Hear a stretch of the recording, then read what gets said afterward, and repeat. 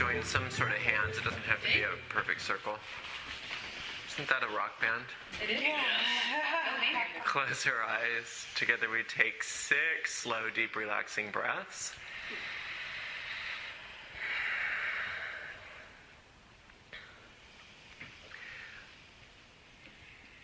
And while we breathe, we allow all the tension to drain away from the body and the mind.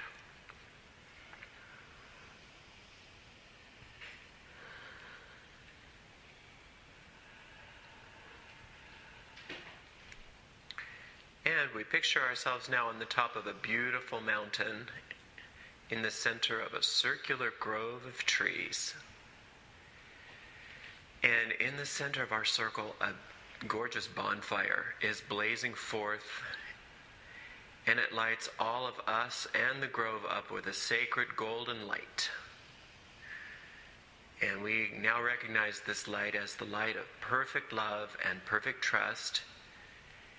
And easily it burns away everything that is unlike itself, leaving only peace in its wake.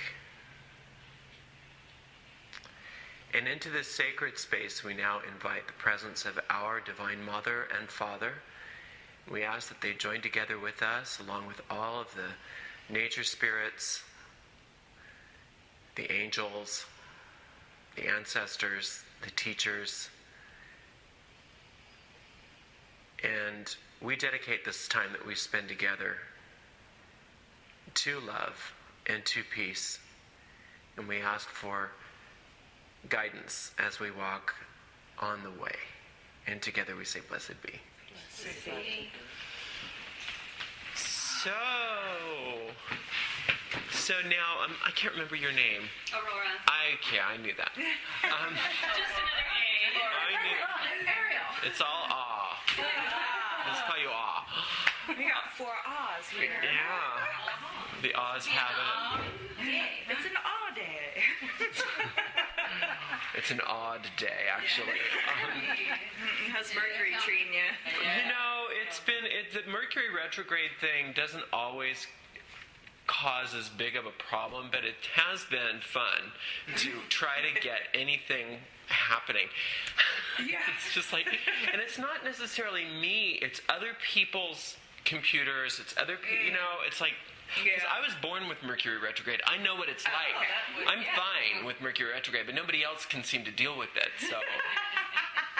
Anyway, you know, I'm going to try to get to the topic at hand in a roundabout way.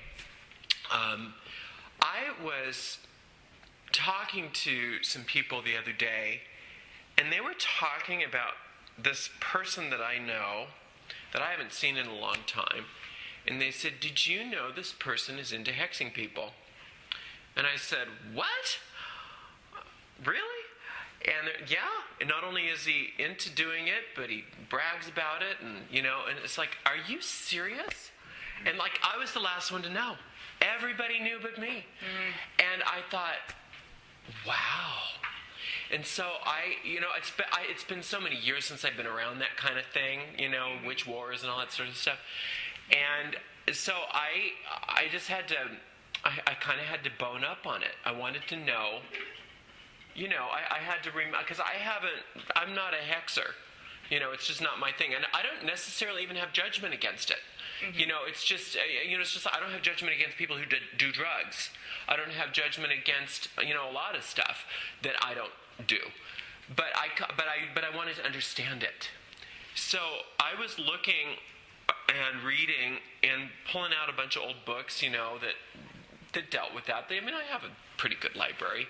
I mean, and I thought to myself, you know, there is a real difference between having a magical spine and being a magical bully. There's a huge difference between you know, it's just like I know for a fact, you just like, you know, if you study karate or something, or kung fu or one of those arts, most people that study them don't go around kicking everybody's ass. It's more about respect. Respect, And discipline. self-defense, learning how to Move your to body. focus your energy. Get yourself in shape. There's a lot of good reasons to do it, but most people aren't into just going out and bullying people with their martial arts. In fact, you're taught how to. That's part of studying any discipline like that. Is it's a spiritual discipline, and you respect the power, whatever the power is. And I kind of take for granted that we all know that we all kind of know that yeah, you can kick somebody's ass with this stuff, but that doesn't mean that we do. But by the same token, I also am very clear that if somebody is fucking with me, that I am not afraid of them, because I have every bit of self-defense that I could ever want, and I'm sure you all do too. So I never even thought of it. I never even consider things like hexing and cursing and that kind of thing, just because I know that I could do it if I had to, but I don't have to. Yeah, right. And the one thing about magical self-defense, and this is really not what I want to talk about tonight, but I think it's a good thing to lead into what I want to talk about, is magical self-defense is learning how to artfully step aside from the energy in a way that it turns back on the other person. So you're not involved with hexing and counterattack and all that stuff. There's a way that we keep our own auras in shape, so that it's just like and you don't even have to think about it. You don't even dwell in those realms. And I'm thinking to myself, now this person has branded themselves basically a hexer, and they get to live with that stigma forever, because you can do a lot of things in life, but one of the most difficult things to do is repair your reputation. It's very, very, it's not that it's impossible, but it's very difficult to repair your reputation when you become reputed to be of that ilk. And it made me very sad, because I thought I knew this person, and I thought that, I'm saying that, it sounds like I have some big judgment on it. I don't, but I just feel bad. It's just like if somebody that I know, is into crystal meth, it's not that I have a judgment on them and I think that they're bad, but I feel bad for them, and I want them to get help. And I realize that the people that are involved in that kind of activity, it's not that, okay, I so am not into the threefold law and all that stuff. It bugs me, because it gets so preachy, and people talk about how you don't do this because it'll come back to you times 3, and the witches read, and ye harm none. It's just like, fuck you, I don't need you to tell me what to do. What I want to hear instead is the logistics of how energy works. Everything that we do to ourselves. So, it's just like the ethics take care of themselves. I don't need to listen to or lecture to people about this is the kind of magic that you can do and this is the kind of magic that you can't do. That should take care of itself. If you know that what you are doing, it's not coming back to you, you're doing it to you. Because there's no place for the energy to go. There's only you, in your universe. So, So I don't have I know some people that, like a lot of the podcast stuff that I do, there's some lectures where I give some pretty specific definitions of how I see magic, and one of them is differentiating between alchemy versus sorcery. And it's just a way that I get my head around the difference between allowing a higher power, which I am already connected to, my higher self, to run the show, versus my small-minded self trying to go and get things that may or may not be good for me. So I call the small-minded self being in charge for myself. I call that sorcery, and the alchemy is when I'm allowing a larger purpose to work through me. I call that alchemy. But it's not that people who do things called sorcery are bad, and it's not that I think that sorcery shouldn't happen and that that you shouldn't do sorcery. It's just that it's a terminology that I've used for myself to keep myself focused on what I'm doing. So there's different kinds of magic. There are sorcerers. There are hermetic magicians. There are there are mystics. There are all kinds of magicians, and not. There's not one is better than the other. If you're doing mystical magic versus body magic versus mental magic versus DCW versus Gardnerian versus Satanism, I don't really care. It's all okay. The world is big enough. But what I think that where people are missing things sometimes, and even the ones that are practicing so-called good magic, is that you're in charge of your side of the street. And if you dirty up your side of the street, it's your responsibility to clean it up. And that when you start bullying people, you're actually it's a huge cry for help, because you're obviously very dissatisfied, disconnected.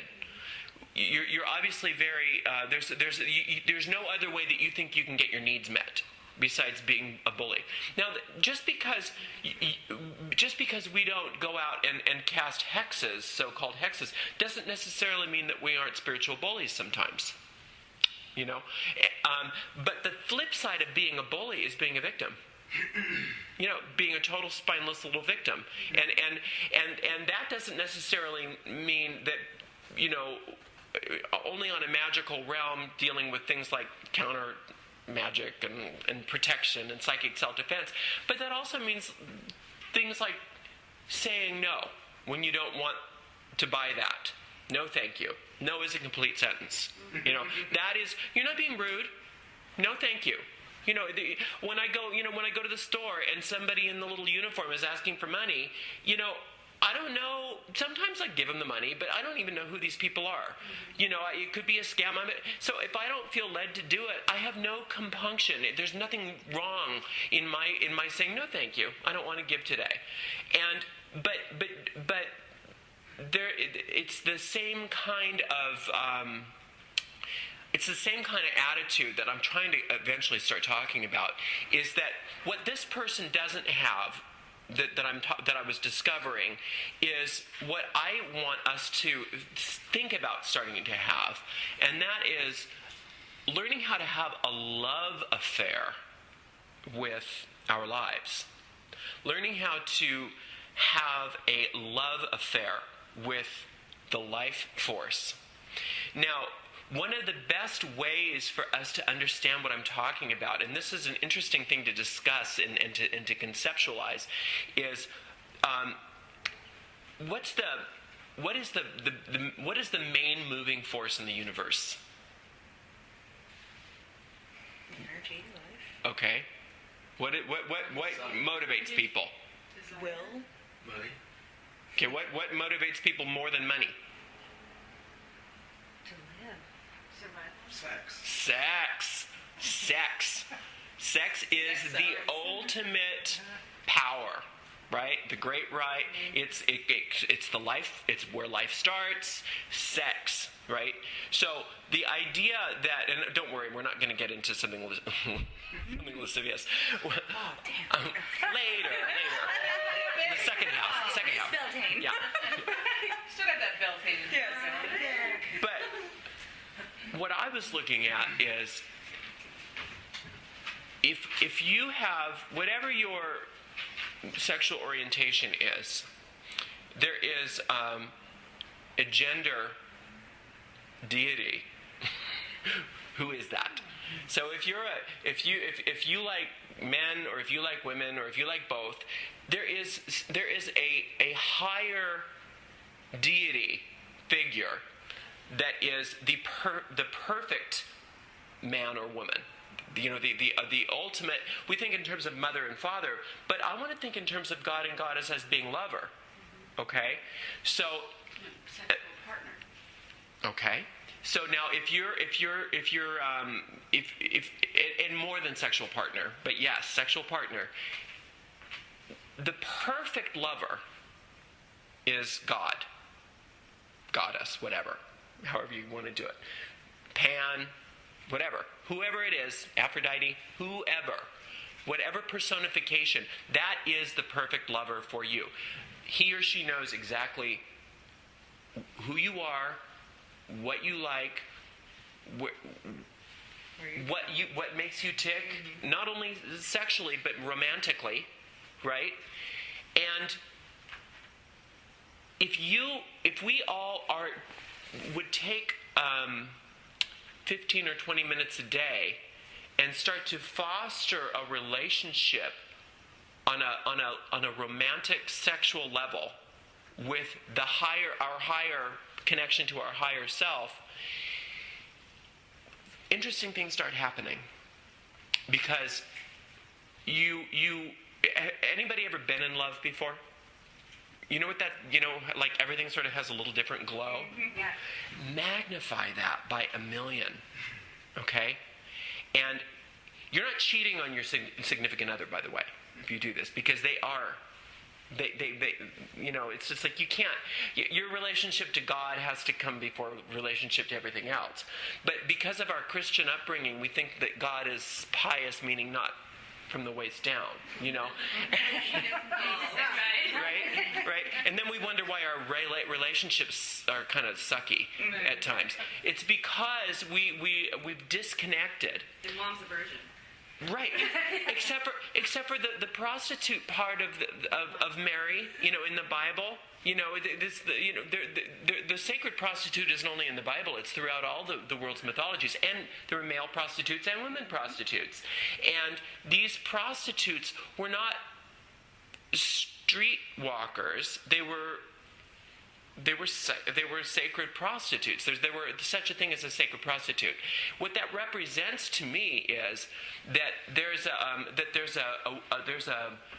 a way in which I can have a psycho-spiritual sexual relationship with all that is, in whatever way it appears to me, and it loves me unconditionally. He, she, they love me unconditionally and is my perfect lover as well as everybody else's perfect lover. See?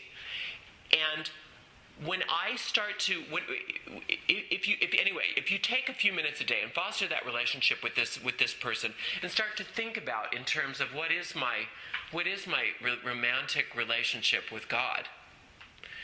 What is my romantic sexual relationship, life partnership with God?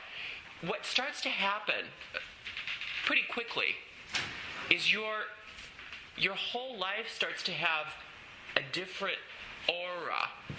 People start to respond to you in a different way. Your ability to communicate with your life partner in physical changes dramatically. Your sex life changes dramatically. You start to not feel like you have to go petition to God for favors, because not only are they your father or your mother, but they're also your lover on some level. There's an aspect to where there's a relationship, and you start to understand that having a love affair with all of life means that you start to respect all of life in a different way, because the goddess or the god, Pan is the god of nature, Gaia, whoever is the goddess of nature, however you want to personify that, they are in charge of everything.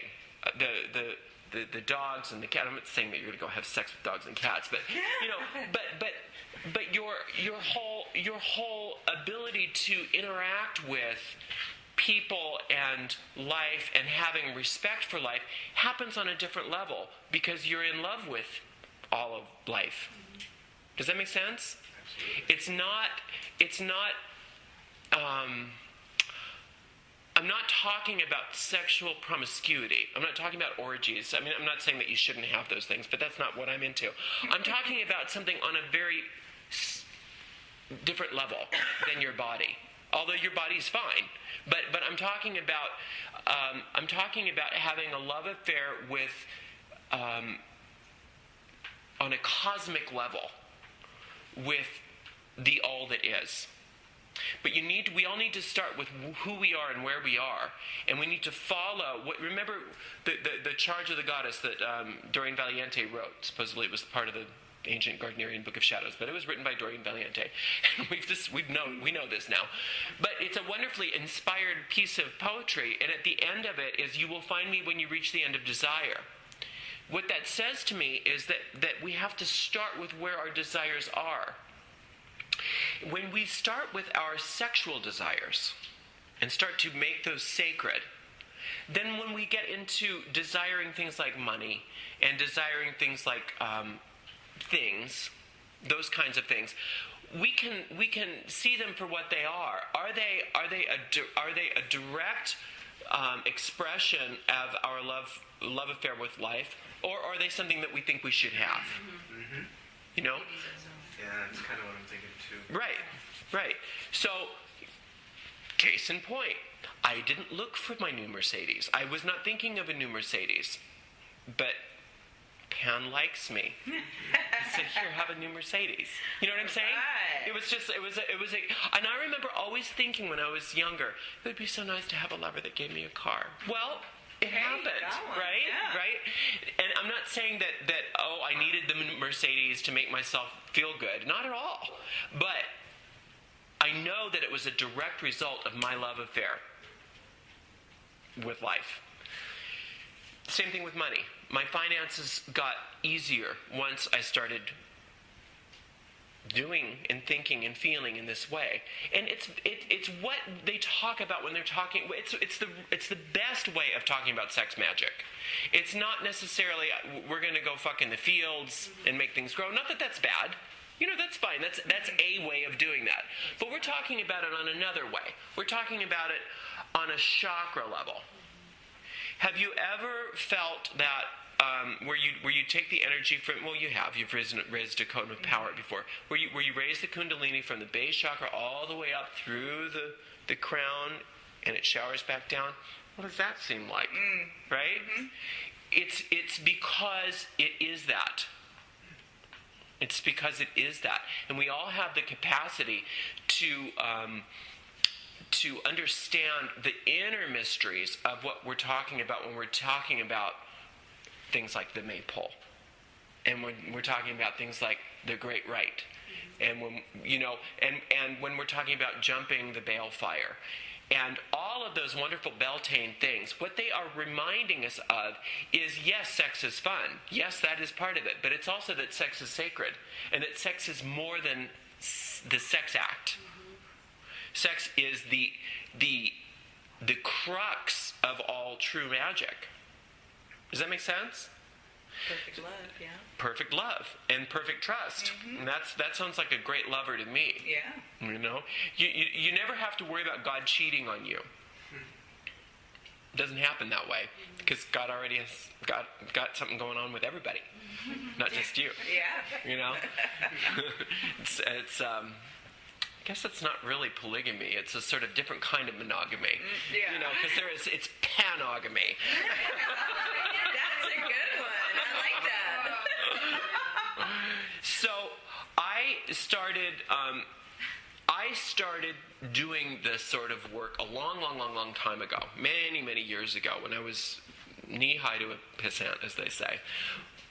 Very young witchling. But I didn't understand the scope of it until fairly recently. That for me, when I have Pan in my life, it's not just this cerebral exercise. It's a very visceral, personal exercise.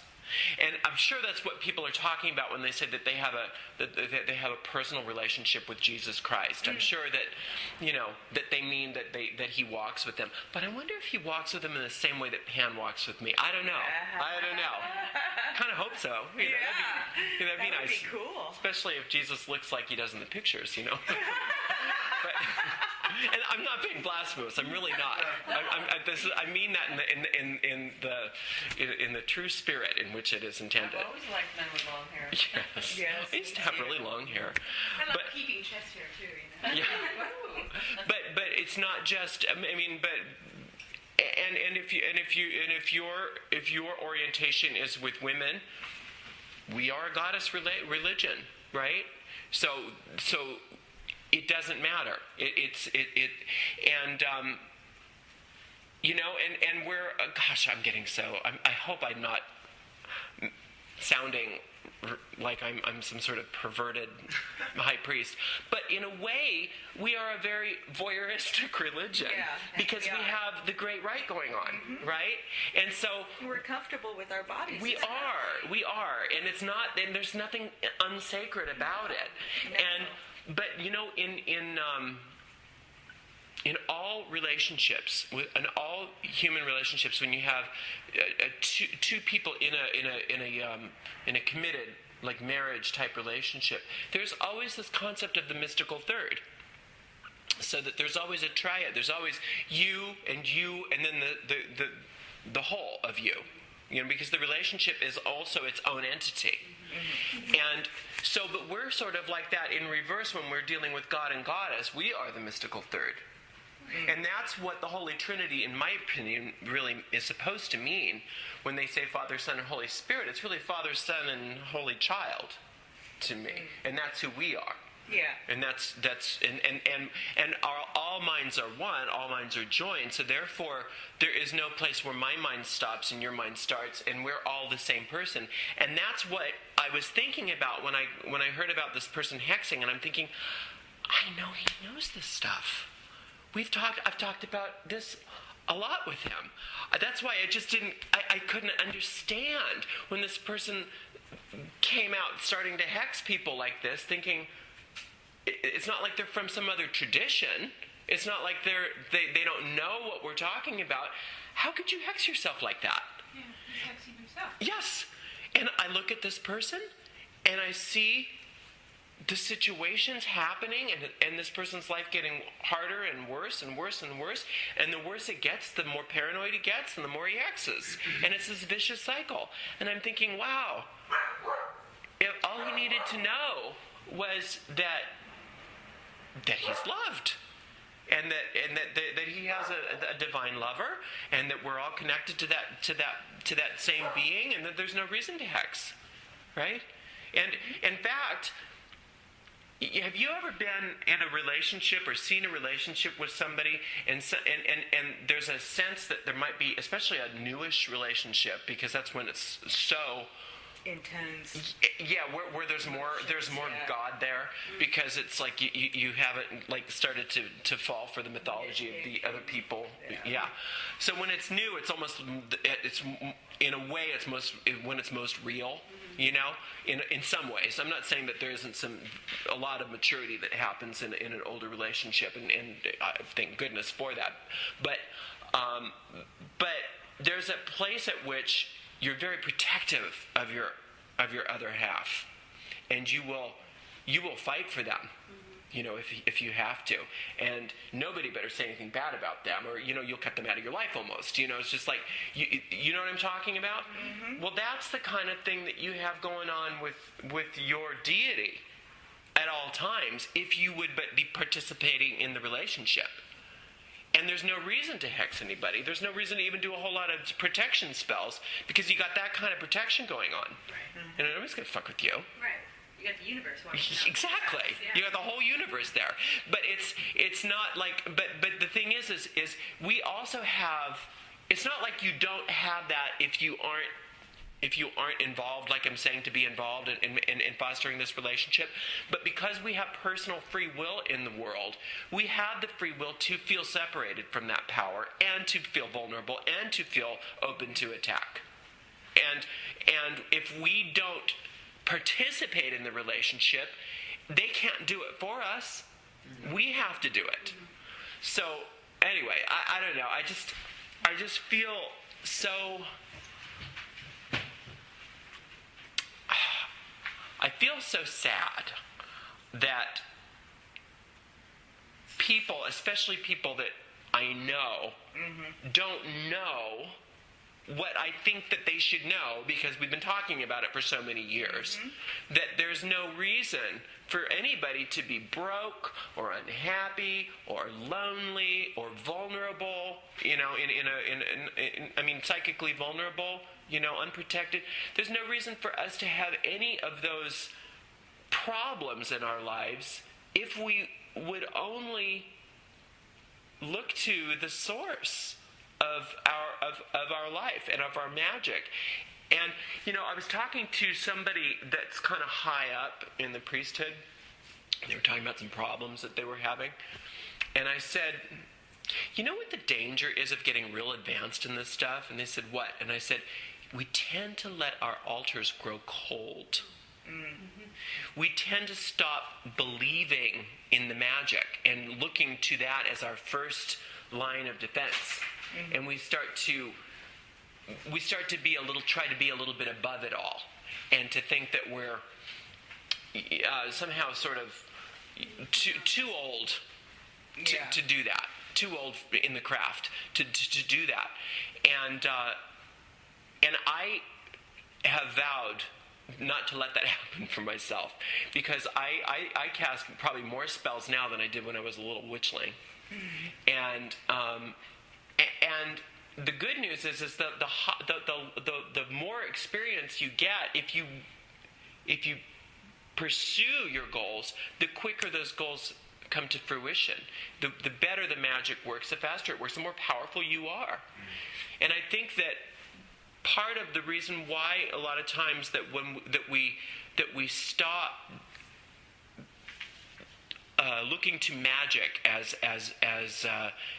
our first line of defense, so to speak, or our where we want to plant our seeds, is because the honeymoon period's over, and the love affair that we had with the craft was not the same thing as a deepening love affair that we can have with our deity, with our life. I mean, when I don't want to get too personal, but when I go to bed, I have a lover in the physical world too, and we kiss and say goodnight, and that's very beautiful. And there's nothing that's less important about this lover than my lover that in eternity. But my last thing that I do is say goodnight to Pan before I go to bed. So, you know what I mean? So that's the kind of thing. It's just like, do you get up in the morning and greet the goddess, or greet the god, or greet them both? And what are we going to do today? What are we going to do today, God? What are we going to do today, Goddess? What are we going to do? Where are we going? And there's I think it's from Course in Miracles. I'm not sure where it comes from, but I use it every day. It's just like, where would you have me go? What would you have me do? What would you have me say? And to whom? And if I'm listening, it's very clear. And my path is made clear. And that's not to say that there aren't bumps in the road. Obviously there are. But usually when there are bumps in the road, I have a choice of either asking again, where would you have me go? What would you have me do? What would you have me say, and to whom? Or I go back to my definition of sorcery. Oh, no, thank you, I'll do it myself. I'm going to do this myself. And then all of a sudden I start to struggle. Right? And then, luckily, because we do things like come to round tables like this and read books and talk to each other and come to our our groups and do our things that we do, we keep getting reminded, which is the whole reason for doing all this stuff, is to get reminded, oh, wait a minute, I could have gone a magical way. Right? The magical habit is what I'm talking about. And the magical habit, if it doesn't have a sense of to it, it's not magic. Yeah. It should be there should be some to it, or it's not real. It's just sort of like Ew.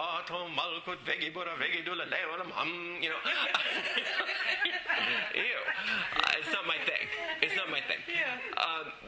Not that the Kabbalistic, you could do the Kabbalistic cross and make it very, because it's very sexual. The Kabbalistic cross. I mean, you've got this whole power coming right through you, and it's just like very charging.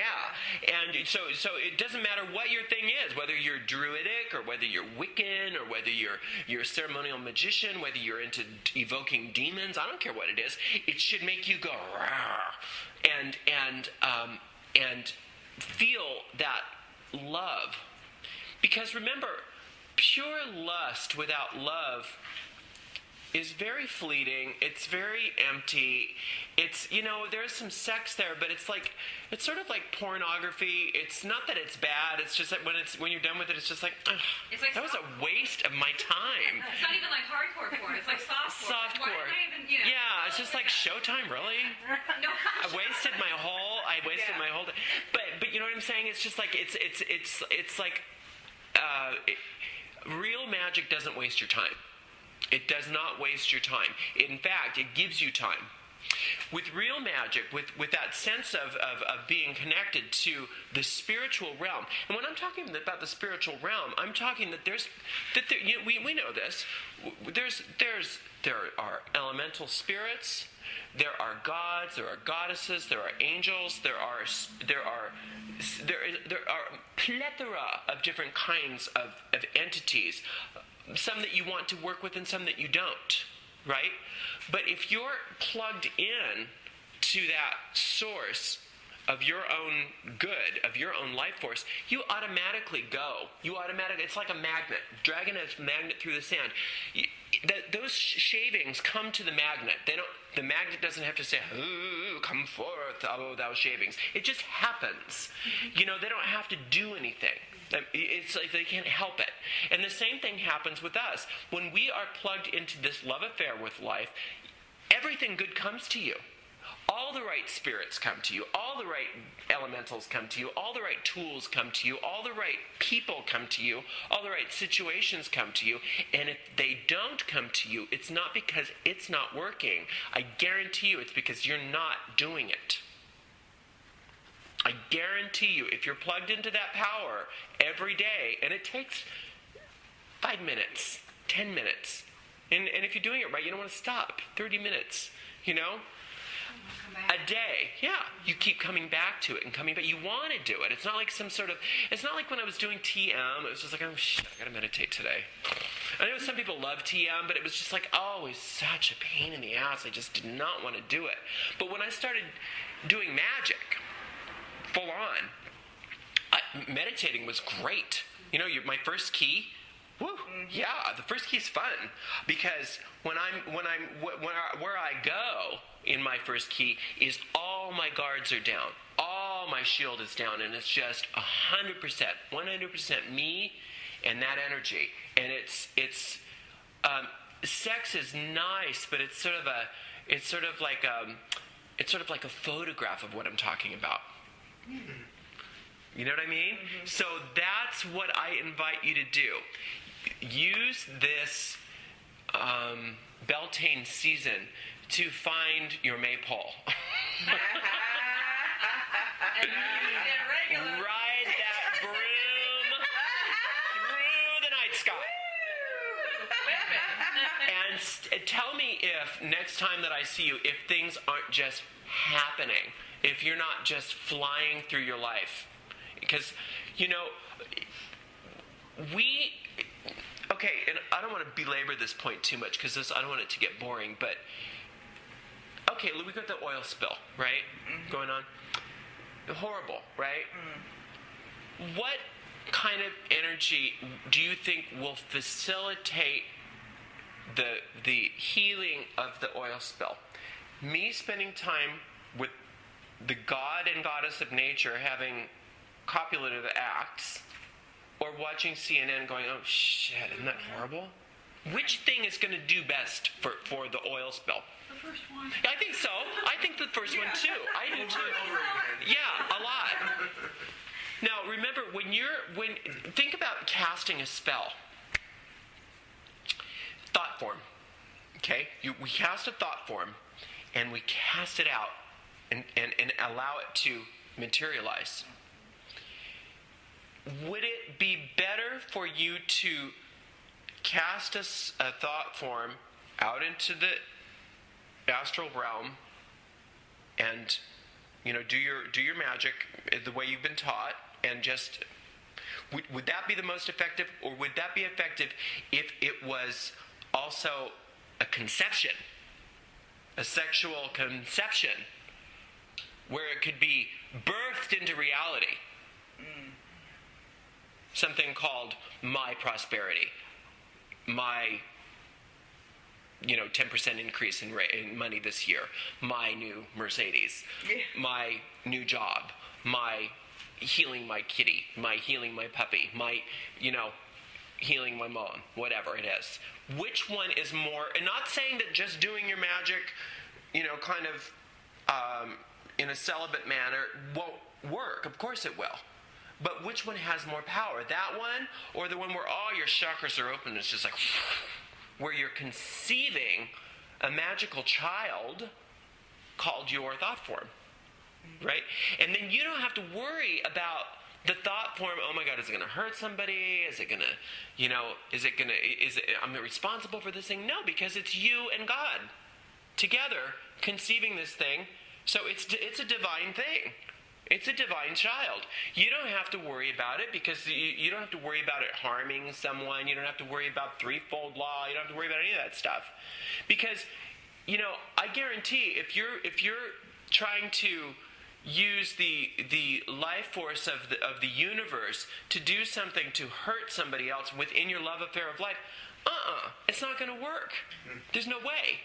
Things are going to shut down. Things are going to hurt. You're going to have some sort of venereal disease in the astral realm. You're not going to be able to metaphorically get it up. Yeah, totally impotent. Exactly. Right.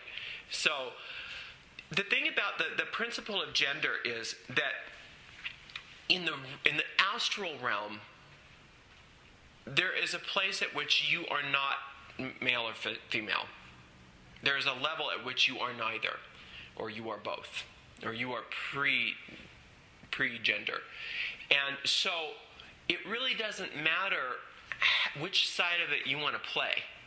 If you feel more natural being the woman and being having the male consort, fine. If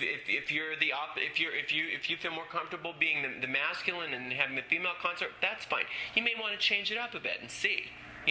There's no sexual orientation ultimately in the universe. But start with where you are and be okay with who and what you are right now. That's the thing that cracks me up about people that don't like gay people. It's just like, really? You don't like gay people because what? Because I guarantee you, God does not care. No. In fact, God will use whoever you are to the fullest extent of what can be used to bring about great things in this world, regardless of any of that stuff. Yep. So it really doesn't matter. It's similar. It reminds me when you said that. It's like, and perhaps it's because it relates to my offspring. It's like in their mind, I had sex twice with their father, because I have two children, and when they were visiting this last weekend, I said, every room in the house, on every surface, honey, anytime we could. Yeah. And it was interesting Job because happening for them? it was. I mean, I know they knew it, because they opened the doors enough times accidentally, during their growing up years. But it was still difficult for them, to give. It's like at age becomes a barrier. Like Yes. same-sex gender can be a barrier. Yes. It's like, ooh, you shouldn't be. You're over 25 Yeah. or 35. Right. You should. Whoa, Right. baby. The magic of it is still I'm looking at the no offense to any religion, but I'm looking at the problem that they're having with the priests, molesting the children. Well, Take away sex. Hello. If it's not even so much let the men have sex, but let the men know that sex is okay. Yeah. It's just like even have astral sex. Yeah. Have some sort of an outlet. Release. Yeah, have some sort of it because it's a sacred thing. It's not something it's not one thing that's important. It's the most important thing. I mean, it's the basis of life.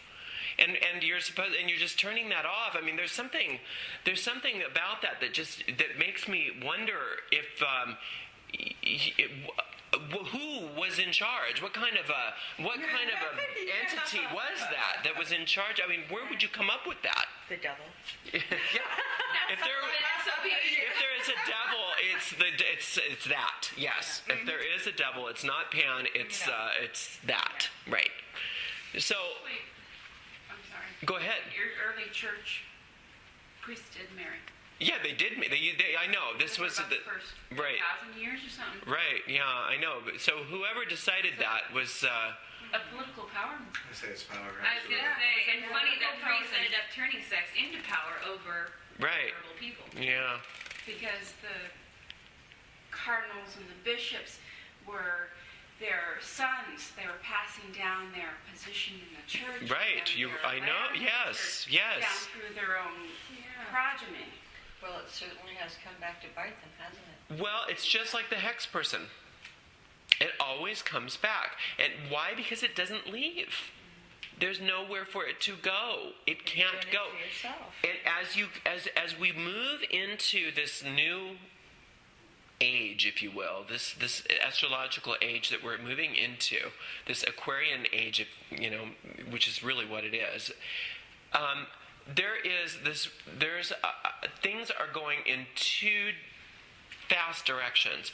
People are either really having good times, really getting things together, enjoying their life, or the other opposite. It's just they're spiraling down out of control. It's sort of with no net, and it's the time of a celestial speed up where things are happening very, very quickly. And time is not going to go slower. It's going to continue to speed up. And that's just the nature of what we're doing and where we're going. And for those of us who are on this path, that's a really good thing. Because you get better, faster results than any of your ancestors would have ever gotten magically. You have access to so much more information than anybody has ever had. So for those of us who are on this path, it's a good thing. And those of us who are on another path, it's kind of sad because the blowback is quick. Mm-hmm. It's very, very quick. Anyway, anything that you wanted to ask or say before I just wanted to say the point that you made about like every day, where are we going? What are we doing? Like you're waking up talking to that lover. Yes. And the beauty of that is, even when it comes down to doing the little mundane things of life, you're doing it with your lover. So imagine that new relationship, right? That new person in your life that's just filling you with glee. Every little thing that you do, we're cooking together. Absolutely. Absolutely. Let's clean the toilet. Everything suddenly becomes this magical, wonderful time of your life. And so I can imagine, seeing myself in this kind of life where every little thing that I'm doing, did you splash the bug? It's true. Is it the cat puke? It's true. That you have that person or that entity with you at all times. It's exactly right. Every single aspect of your life. Did you like my work? It's 100% true. It's 100% true. That is what life becomes. Mm-hmm. And the more we are able to invite that into our lives, the stronger it gets, and the less you want to go back to being alone. Whereas everything almost becomes, because you have that aspect of deity with you, everything is becoming sacred. The ritual, Caledonia and I were talking about my ritual of washing lettuces and produce and how I make it this big thing, and I take the used water and I go outside and I water the plants with it. Right. And I make it this ritual, but part of that is, I'm putting the love and energy into the food that we're going to consume. Absolutely. And I'm imagining now there's the hand of the god or the goddess there washing Yes. me and enjoying, And it's very sensual. it is very sensual. There's a sensuality, a sensuousness about life that you can. What you can do with this is you can say, okay, I'm going to take one of my 5 senses per day, and just going to rotate them. And today, I'm going to be with Pan, okay? And today, me and Pan, it's all about smell. And we're going to smell everything together, and we're going to smell the rose, and and we're going to just really go out of our way to find the best perfumes and the best everything. And then tomorrow it's going to be sight. We're going to go to the museum. We're going to look at great works of art. We're going to go look at sunsets, and we're going to look at textiles, and we're going to redecorate our home. And we're going to do that kind of thing. And then on the sound day, we're going to listen to different musics, and we're going to listen to the sea together. We're going to listen to the traffic, what the traffic sounds like. And we're just going to lie together, and we're going to do that. And if you have a lover in the physical world that's not into the craft, they don't need to know you're doing this. That's okay. It just is much more. All of a sudden, you're a lot more fun to be with. You're a much better lover. You're a better employee. You're a better everything. You're a better business person. Who would you rather be around? Which store do you want to go buy from? The one where the lady is all like, or the one where the lady's all, right? So that's what you can do. You can do it. You can do sense days. Those are fun, and the whole goal being the sensuousness of my life is going to exponentially grow, and everything, and the sense of taste. It's unfortunate that some of those days cause a little bit of weight gain, but it's worth it. It's worth it. But there's so many. If you are reducing, there are so many wonderful flavors to be explored in low calorie food. I got into blueberries with Pam the other week, and it's just like, I just want nothing but blueberries. Let's eat blueberry. And I got into bringing the food and eating it at my altar, and it's just like, okay, we're gonna have, and I invited everybody. We're gonna all eat together, and we're gonna have, and they eat through you. They experience it through you. So you're gonna eat the apples and the blueberries, and it's just there's an infinite amount of opportunities and choices that you can make to really amp it up and realize and recognize that what you're doing is you are. I don't know if anybody remembers in the Witch's Primer where we talked about building your power base. Mm-hmm. Okay, well, this gives your power base like nuclear proportions. Yeah. It takes it into, AAA battery into nuclear reactor. It's really amazing what you can accomplish by being in love with life. Anything else that we want to talk about? That's awesome. I think you gave us a lot to think. Yeah. Yay! Well, I can't wait to hear about your experiences. Please try to journal when you're doing this stuff, and just write out, even if it's just quickly, or type out whatever your journaling way is. What it is that you're experiencing. What you're working on. And bring your spells into this too. Don't just after you can spend some time having a courtship, but after your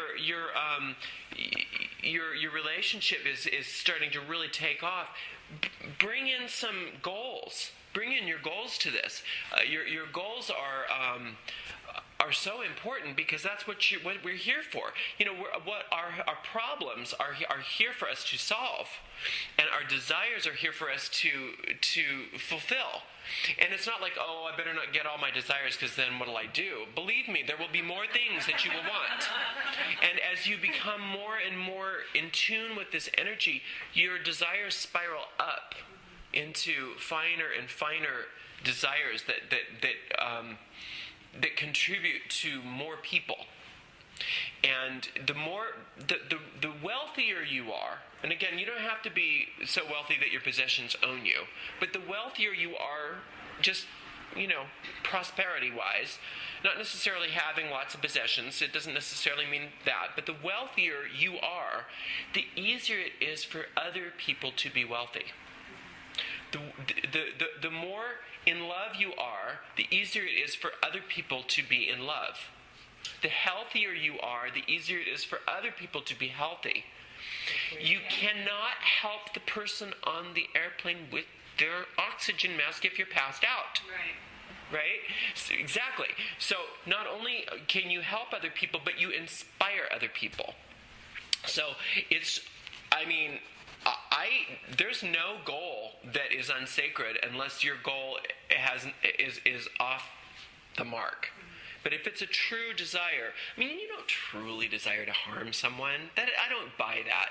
You don't truly, revenge is not desire. It's not a desire. It's an addiction. It's a compulsion. And it's insecurity. It is. You're trying to pack that void with something, and it might as well be nasty and anger and stuff. And You think pack it with something. you think you desire a cigarette, but you don't. You're addicted to the cigarette. And I'm not telling you to quit smoking, but I'm just showing you the difference between wanting a richer, fuller life and satisfying an addiction. There's a difference, and it's really important that as you get into all of this stuff, that a lot of those addictive behaviors are going to just fall away by themselves, and a lot of those addictive relationships are going to fall away by themselves, and that's okay.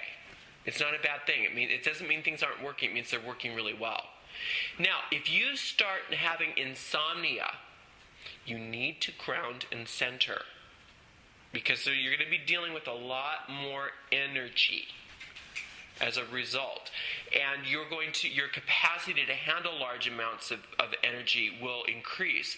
So if you start getting nervous and like this, whoa, wait a minute. It doesn't mean to stop doing this. It means that you need to ground. You need to do your relaxation. You need to do your key. This is not instead of your key. This is while you're doing your key.